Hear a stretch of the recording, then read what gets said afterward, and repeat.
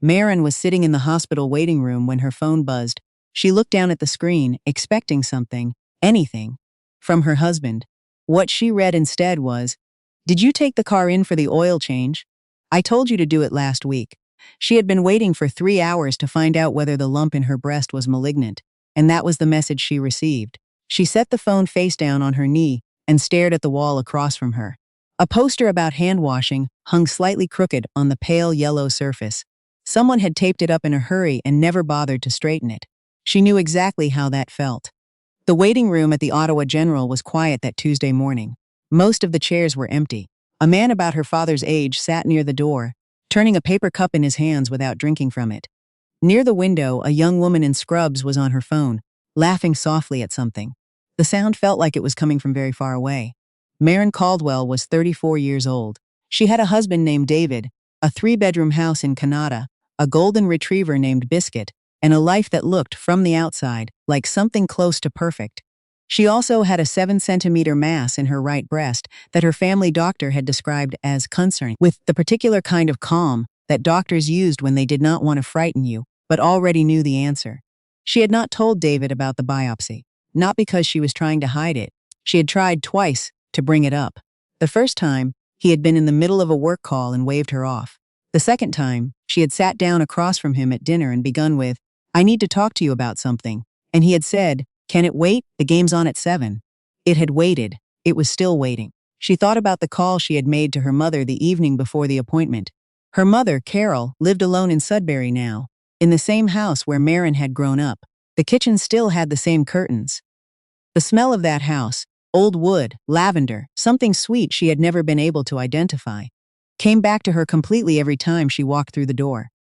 "Mom, I have a biopsy in the morning," she had said. There was a pause on the line, and then Carol said, "Do you want me to drive down tonight?" "No," Maren said. "David will be there." She had believed that when she said it. David was not there. David was at a client breakfast in Centretown. He had left a note on the counter, "Coffee in the pot. Back by noon. Don't forget the car." She had driven herself to the hospital. She had parked on the 3rd level of the parkade and taken the elevator down and walked through the automatic doors and checked in at the desk and found a seat, and she had done all of it without saying a word to anyone. The nurse who called her name was gentle. The doctor who performed the biopsy was efficient and kind. Maren lay very still on the table and stared at a small water stain on the ceiling tile, and thought about nothing in particular. That was the trick she had learned over the years. When something was too large to hold in your mind all at once, you let your eyes go soft and you thought about the water stain, or the sound of the ventilation system, or the way the paper on the examination table crinkled when you moved. She had learned that trick a long time ago. Long before David, the results would take 3 to 5 business days. She was told to go home, rest, and wait. She drove back to Canada in light traffic. The October sky over the Greenbelt was the particular shade of gray that felt specifically Canadian, not threatening, just permanent, like a ceiling that had been there so long you forgot it was there. She stopped at a Tim Hortons drive-thru and ordered a medium double-double and sat in the parking lot for a while, watching other cars pull in and out. Her phone buzzed again. David this time. "Hey, how was your morning? Oil change place closes at 5 if you can make it." She put the phone in her purse.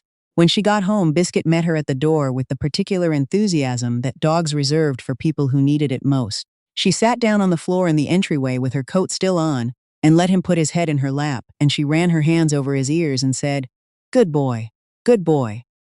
Her voice didn't break. She was proud of that. She had been married to David Reeves for 6 years. They had met at a work event. She was doing communications for a nonprofit. He was a commercial real estate broker, and they had ended up at the same table at a fundraiser dinner. He had been funny and confident and attentive in a way that felt like something she had been waiting for without realizing it. He remembered things. He called when he said he would call. He brought coffee to her door the morning after their second date. She used to think about that morning a lot. The way he had stood in her doorway holding 2 cups, smiling at her like she was something worth showing up for. Somewhere along the way, she had stopped being something worth showing up for. She couldn't point to a moment when it changed. That was the thing nobody told you about a life that grew slowly unhappy. There was no single event you could hold up and say, "There, that was it." It was 100 small things. The eye rolls that became normal. The interruptions that became habit.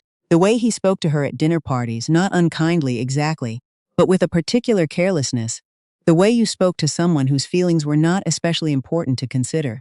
The way he had stopped asking how her day was, not rudely, just, he had stopped. She had accommodated. That was the word she kept returning to. She had accommodated so consistently for so long that she was no longer sure what remained of herself underneath all that accommodation. She had left her communications job 2 years into the marriage, at David's encouragement. He made more than enough for both of them. She could freelance, he said. Take her time. Figure out what she really wanted. The freelancing had dwindled. The figuring out had not produced much. She spent her days managing the house and volunteering at a literacy program on Tuesday afternoons, and feeling, underneath all of it, like a person standing just outside a room where something interesting was happening, unable to find the door. She had tried to talk to him about it. He listened carefully and then suggested she join a gym. He was not cruel, that was the thing that made it so hard to name. He was simply somewhere else, always just slightly out of reach, and she had spent 6 years walking toward him and covering the same ground and never arriving. The results came on a Thursday. She was in the kitchen when the clinic called. She sat down at the table before the doctor had finished his second sentence. The mass was malignant. Early stage, the doctor said. Stage 1, possibly stage 1B, depending on what the imaging showed. Highly treatable. Very good outcomes with this type at this stage. He used phrases like caught early and excellent prognosis, and we have good options. She wrote everything down on the notepad she kept by the phone. She spelled the words carefully. Her handwriting was very neat. After she hung up, she sat at the table for a long time. The house was quiet. Biscuit was asleep in the living room. Outside, the wind was moving through the maples in the backyard, and the sound of it was almost like water. Cancer. She said it out loud, in the empty kitchen. The word sat there for a moment and then dissolved into the ordinary air of the house. The smell of dish soap, the hum of the refrigerator, the far-off sound of a neighbor's lawnmower. She picked up the phone and called David. It went to voicemail. She called again. Voicemail again. She sat with the phone in her hand and tried to decide what to do with the information she was holding, this enormous, heavy, terrifying thing that she had nowhere to put. Then she called her mother. Carol picked up on the second ring. She didn't say much at first, she just listened. And when Marin had said everything there was to say, Carol said, I'm getting in the car. Mom, you don't have to. Marin. Just her name, nothing else needed. David came home at 6:30. She was sitting at the kitchen table with her mother, both of them with cups of tea, and when he walked in and saw Carol, he stopped short. Oh, he said. I didn't know you were coming. She came this morning, Marin said. He looked back and forth between them. Is everything okay? She told him. She watched his face as she said the words. Cancer, stage 1, surgery likely, possibly radiation. He went pale. He reached across the table and took her hand and said all the right things. I'm so sorry, we'll handle this. I'm here. He meant them. She believed he meant them. But what she kept coming back to, that night and in the days that followed, was the voicemail. The 2 calls that went unanswered. She had been sitting at the kitchen table alone with a cancer diagnosis for 4 hours while her husband was at a client dinner he hadn't mentioned that morning. She did not say this out loud. She wrote it down in the small notebook she kept in her bedside drawer. She had been writing things in that notebook for 2 years. Surgery was scheduled for 6 weeks out. In the meantime, there were appointments, consultations, imaging, blood work. She attended most of them alone. David came to the first oncologist appointment and the pre-surgical consultation. He was attentive during both. He asked good questions. He held her hand in the car on the way home. The Tuesday volunteer sessions at the literacy center continued. She didn't tell anyone there what was happening. She sat across from a woman named Adaeze, who was learning to read at 41 and helped her work through a paragraph about the seasons, and for those 2 hours each week she felt more like herself than at almost any other point. Her mother called every day. Her best friend since high school, a woman named Simone. Wait, not Simone. She had to reach past that name, past the comfortable first choice.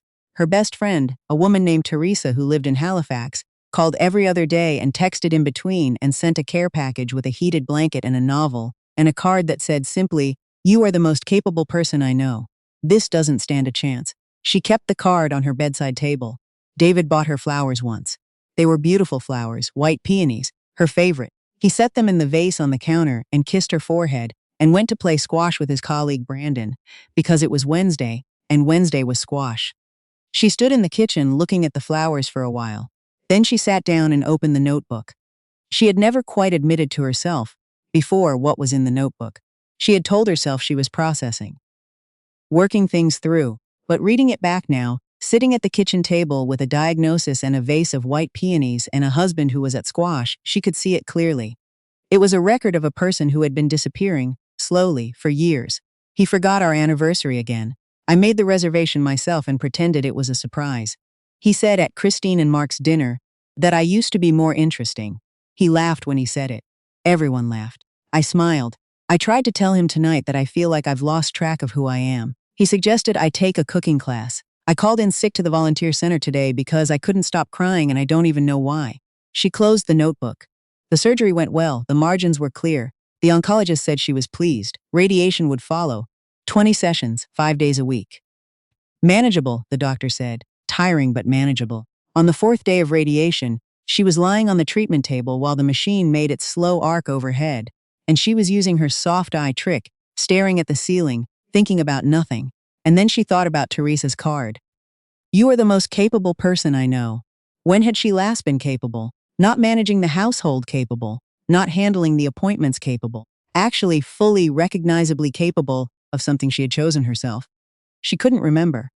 That night, David ordered dinner in, and they ate in front of the television, and he asked how she was feeling, and she said fine, and he said good, and they watched 2 episodes of something she couldn't afterwards recall. He was asleep by 10.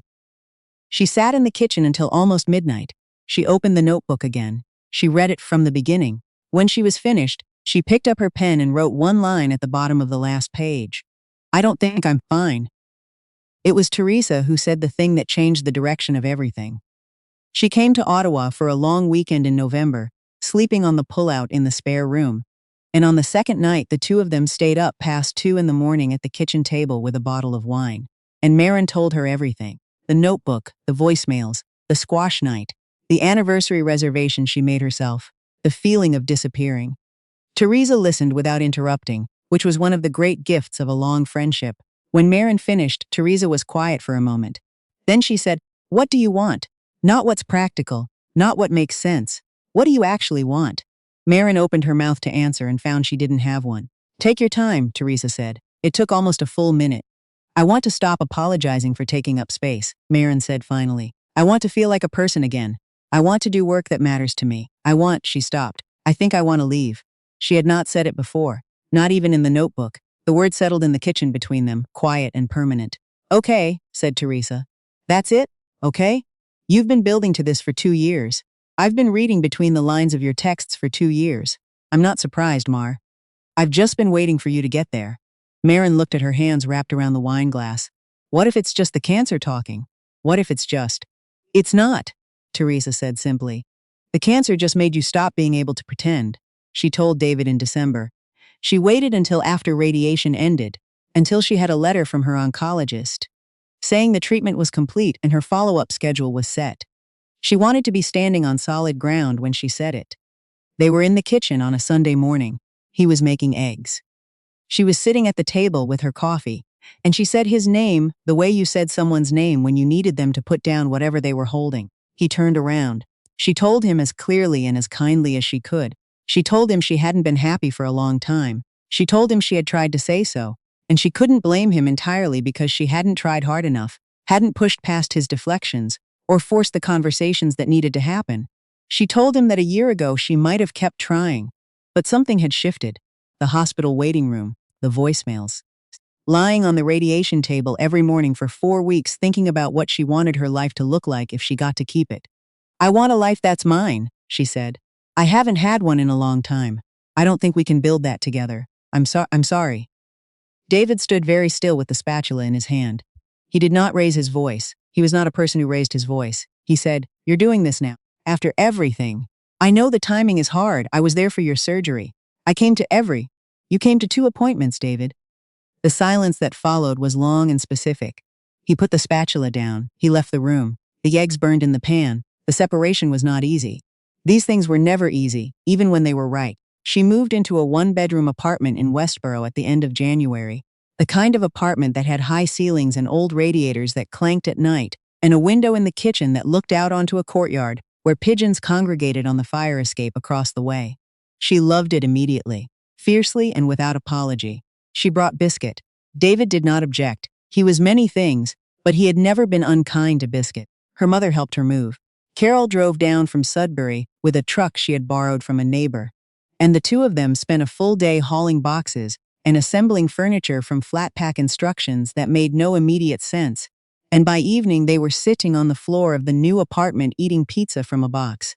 And Carol looked around at the half-assembled bookshelf, and the stacked boxes and the dog asleep in the corner and said, "This is a good place." "I think so too," Maren said. Carol put down her pizza and looked at her daughter directly, the way she had always done, the way that meant she was about to say something true. "You know there'll be people who don't understand this, who think, whatever they think, that it was the wrong time, or the wrong reason, or you should have tried harder. I know, and—" Maren looked around the apartment, at the radiator that clanked, and the window, and the dog, and the flat-pack bookshelf, and her mother sitting on the floor of her new life. "And I'm done needing people to understand," she said. In the spring, she went back to the literacy center. She also enrolled in a graduate certificate program in community education at Carleton. She started running again, something she had given up somewhere in the middle years of the marriage. She ran along the canal in the mornings, and the Ottawa spring came in its slow, grudging way. Snowbanks retreating from the edges of paths, ice breaking up on the river, the sudden violent green of the trees once it finally decided to arrive. She was tired a lot of the time. The radiation had left its particular aftershocks, and there were still follow-up appointments, and some mornings she woke at 3 and lay in the dark waiting for her heart to slow. Those moments were real. She didn't pretend otherwise, but there was something else, something underneath the fear and the fatigue that she had trouble naming at first. She eventually decided the word was relief. Not happiness. Not yet, and maybe not that simple ever. But relief. The particular relief of being in a room where everything in it was hers. Teresa visited in April. They walked along the canal on a Saturday afternoon, Biscuit on the leash between them, and Teresa said, "You seem different." "Different how?" "Like you're back," Teresa said. "Like you came back." Maren thought about the waiting room. The waiting room at the Ottawa General on a Tuesday morning in October, sitting with her phone face down on her knee, staring at a crooked poster on a yellow wall. The woman who had sat in that chair and felt herself dissolving. "I don't think I came back," she said. "I think I arrived." She didn't speak to David much after the papers were signed. Occasionally, on practical matters, a forwarded piece of mail, the question of what to do with the patio furniture. He had moved on quickly, which surprised her less than she expected it to. He was a person who filled the space in front of him. He would be fine. She hoped he would be fine. She meant that. The apartment in Westboro became genuinely hers. She learned the names of her neighbors. She went to the farmer's market on Saturday mornings and bought things she had never cooked before and figured out what to do with them. She finished the graduate certificate and started looking at program coordinator positions in adult education. She applied for 3 and interviewed for 2. Her mother called, still, almost every day. Carol was not a person who said, "I told you so," but she was a person who said, "How are you, really?" with a particular emphasis on the really that meant she wanted the actual answer, not the acceptable one. The actual answer, most days, was something like, tired, hopeful, a little scared. More like myself than I've been in years. On a Sunday evening in September, almost exactly a year after the biopsy, Maren sat on the floor of her apartment with her back against the couch and Biscuit's head in her lap. The windows were open. The courtyard was full of the sounds of late summer. A neighbor's music, someone's kids, the steady backdrop of the city doing what cities did. She had a book open in her lap that she wasn't reading. She was thinking about the woman in that hospital waiting room, the woman with the face-down phone and the crooked poster and the years of accommodation and the slowly disappearing self. That woman had felt, she thought, like someone waiting for permission. Permission to matter. Permission to need things. Permission to take up the space she occupied. Nobody was going to give that permission. She understood that now. It didn't come from outside. It never had. She closed the book. Biscuit sighed in his sleep and shifted closer. Outside, the last light of the September evening was warm and gold on the brick across the courtyard, and she sat with it for a while, not needing anything to be different than it was.